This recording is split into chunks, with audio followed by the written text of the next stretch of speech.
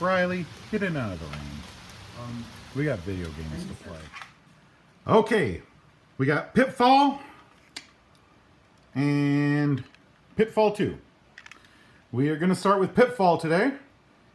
Pitfall Harry's Jungle Adventure. All right, let's get it started.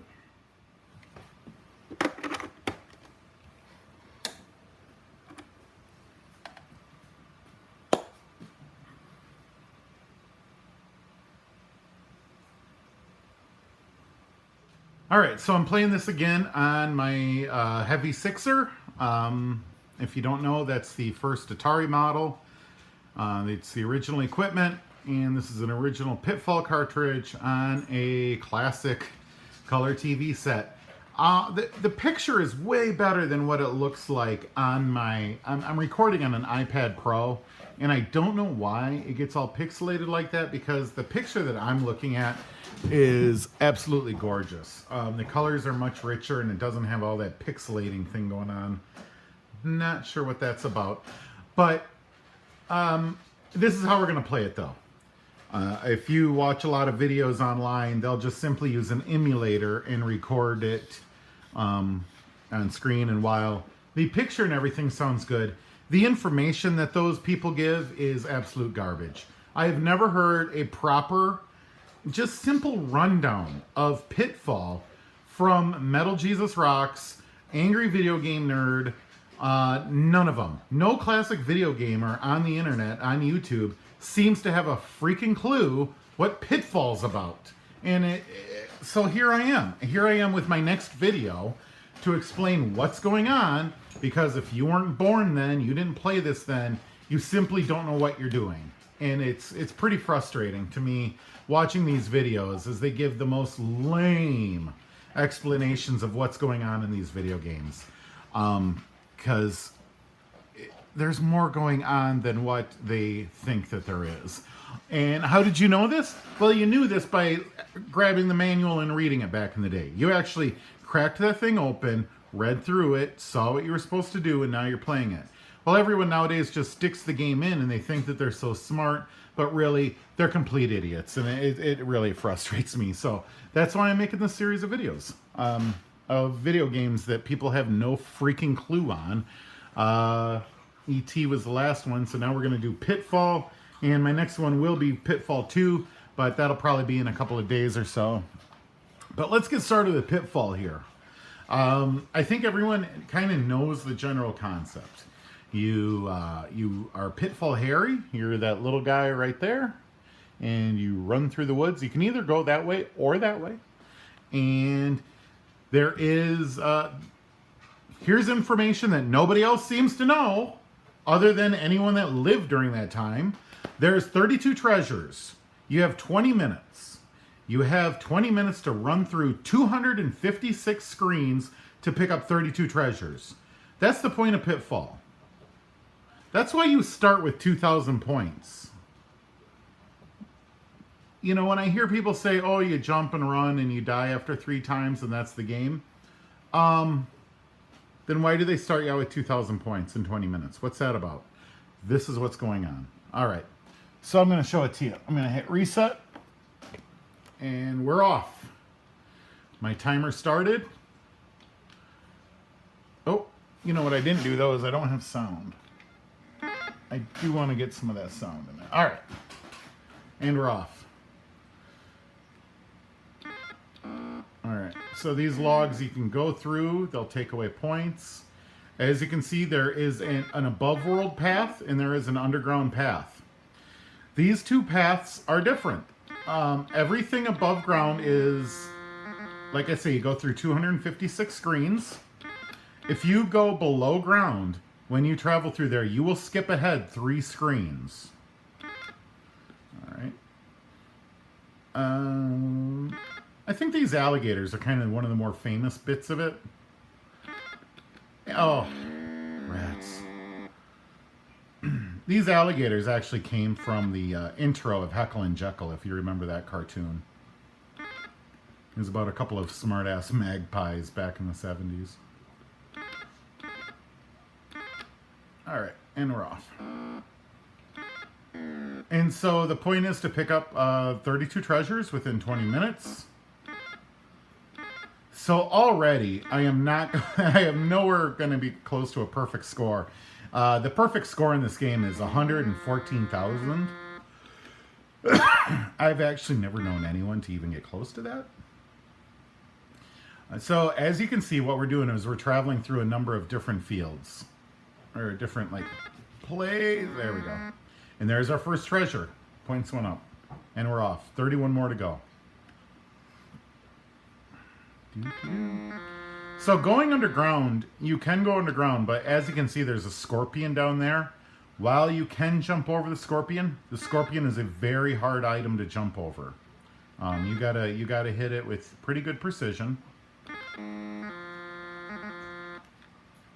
Anytime that the ground opens or closes, that's called quicksand in this game. Of course, the alligators, you can jump on their mouths when they're closed, but then you got to stand on their eyeballs when they're open. This is always one of the hardest. I'm already down to no more lives.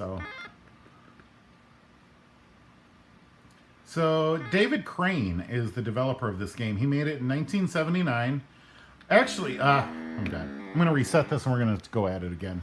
So David Crane, in 1979, he actually developed a Running Man sprite. So the whole notion of an animated character moving like that as you're running was a technique that he developed.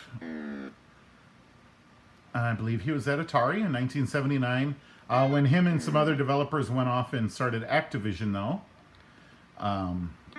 he sat down and he said, well, how can I use this Running Man thing? I got this Running Man gift. Gosh! I cannot believe I just did that. I am really out of practice. What can I use? And he's like, well, I got a Running Man. I need a path. So he put a path off to the right and off to the left. And then he's like, well, what are they running through? It's like, how about some jungle? And they drew some trees. And they drew the little underground shortcut path. Came up with a handful of obstacles to avoid. And the game was designed. And it took about 10 minutes to design the game. The only thing that was not included in his original idea of the game was the idea of multiple lives. He thought it would just be a 20-minute kind of power run, and if you were a dope and killed yourself during it, well, just like real life, you're dead. There we go. I was afraid I was going to miss that. Now, what's really fun is that the Atari actually cannot calculate. It can't do the move and the jump at once. But as you saw, I just jumped from a standing start. How that actually works is it takes the jump button first, and then you have up to 3/60ths of a second because the computer is running at 60 frame hertz. So that's kind of the clock cycles of the machine. If you don't know how an Atari works necessarily, the TV is refreshing every 60 times a second. And what is actually happening is that above, let me see, is my hand even showing in here? So kind of above the screen and below the screen, there is time for program calculations to happen. And then there's a period when no calculations can happen because it's outputting to the screen. And then it starts doing that calculations again. So you got about three TV frames after the jump to then tell it that you want to go see. So you can do it just, very slightly, but it's interesting. It's very interesting how they had to make all this stuff work.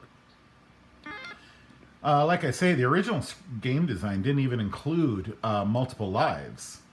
And so after he programmed it and a couple of buddies were playing it, they got pretty frustrated that their game was over so quickly.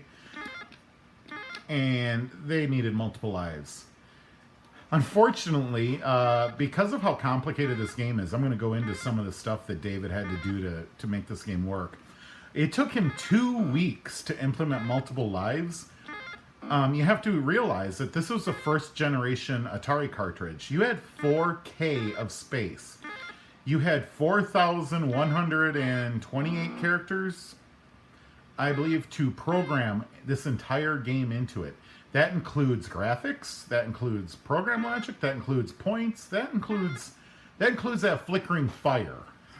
So he had finished the game and he had it under the 4K mark when his friends said, "You got to add lives, man. This is no fun without it."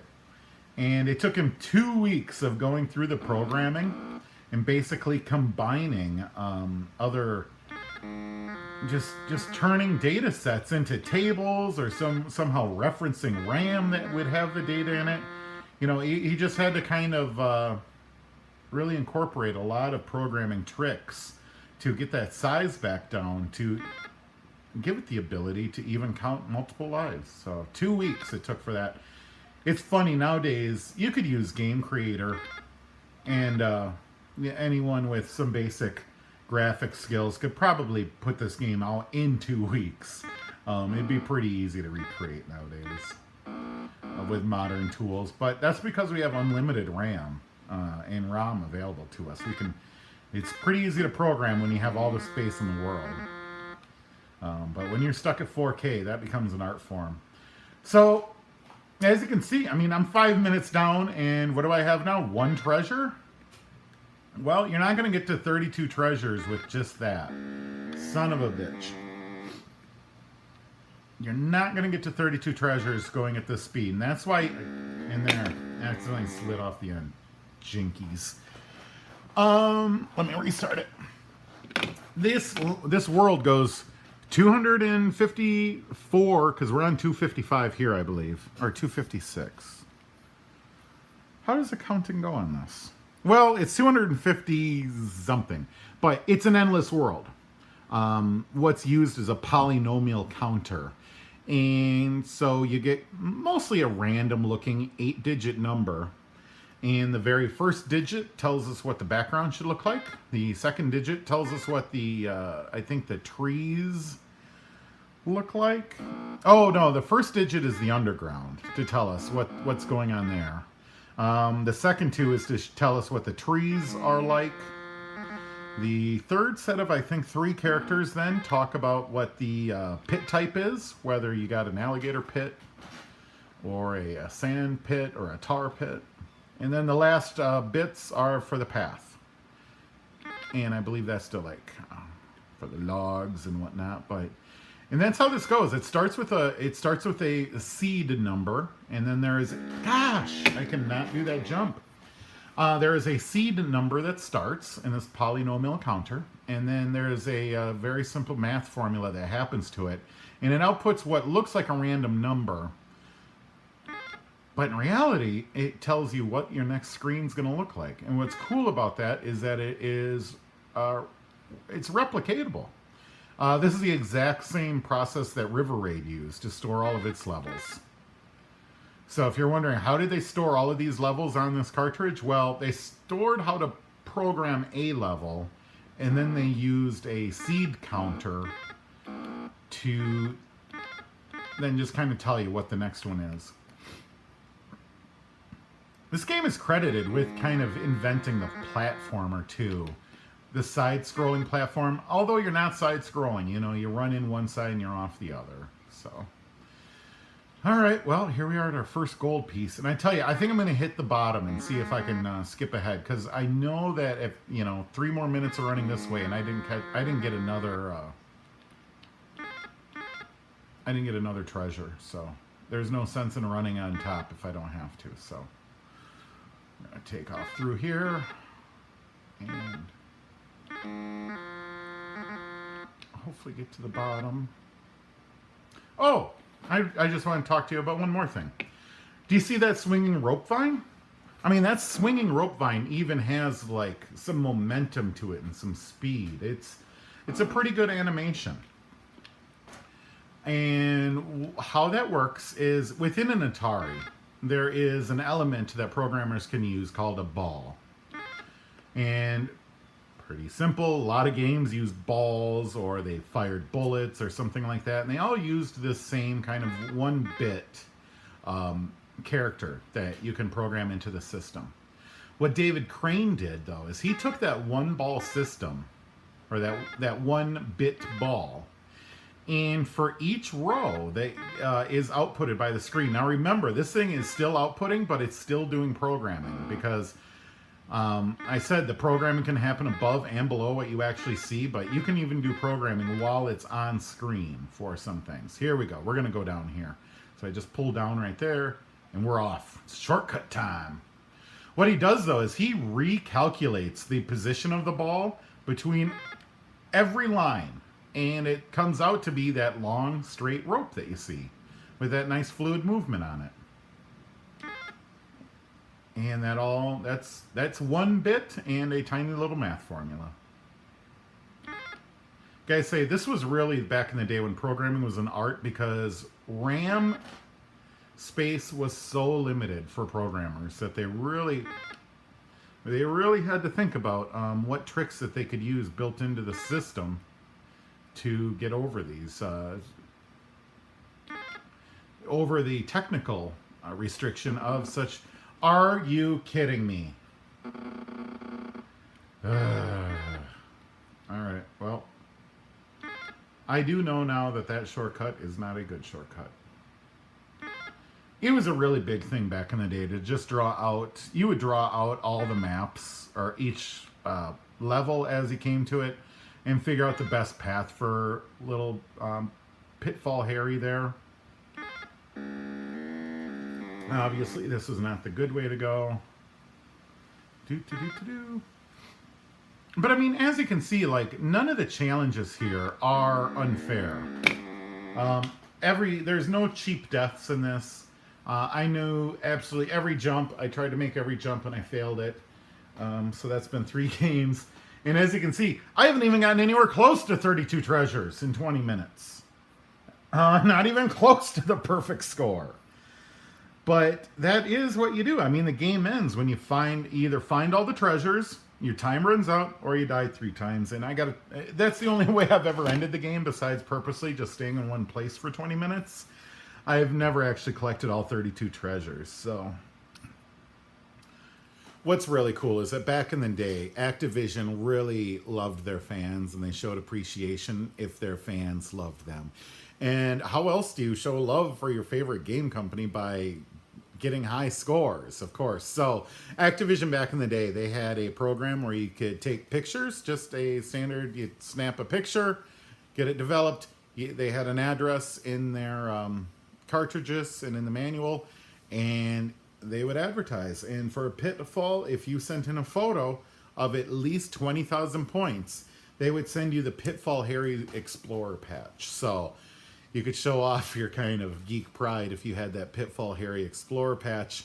Unfortunately, I don't think I've ever got to 20,000 points. I don't know. I never really paid attention to it all that much, but I do know that was one of the cooler things about Activision back in the day, though, is you could send them a physical photo, and if you did good enough, they would send you a physical patch. I don't even know if there's a charge, to tell you the truth. I think I have some family members that may have won a couple of patches. I'm still trying to get the story on that.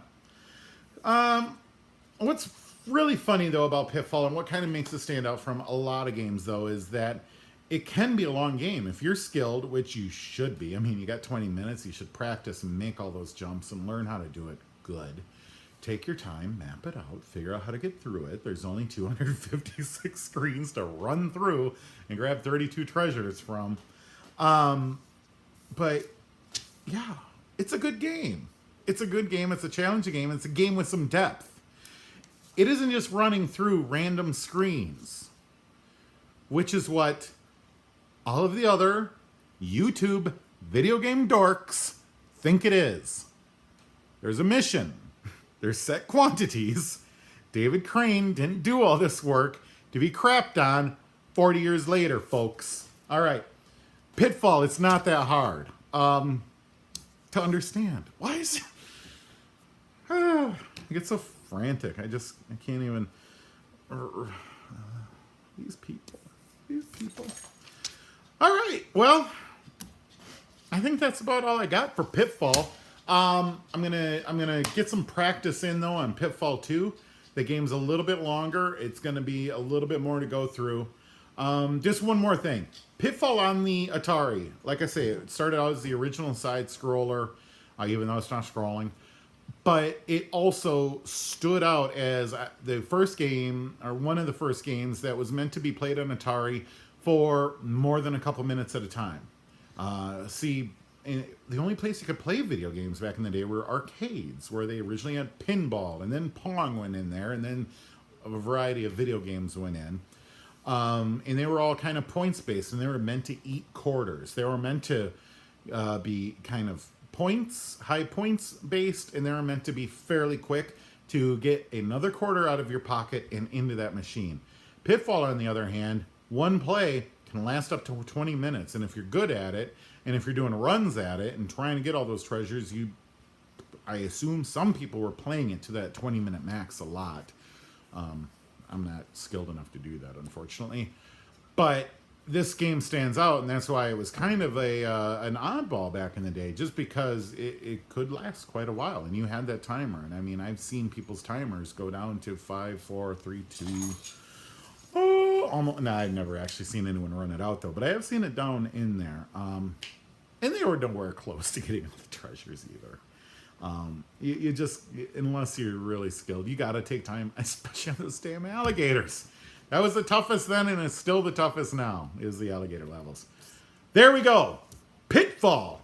Pitfall Harry is looking for how many? 32 treasures. 20 minutes. Go! All right. Love you guys. Bye.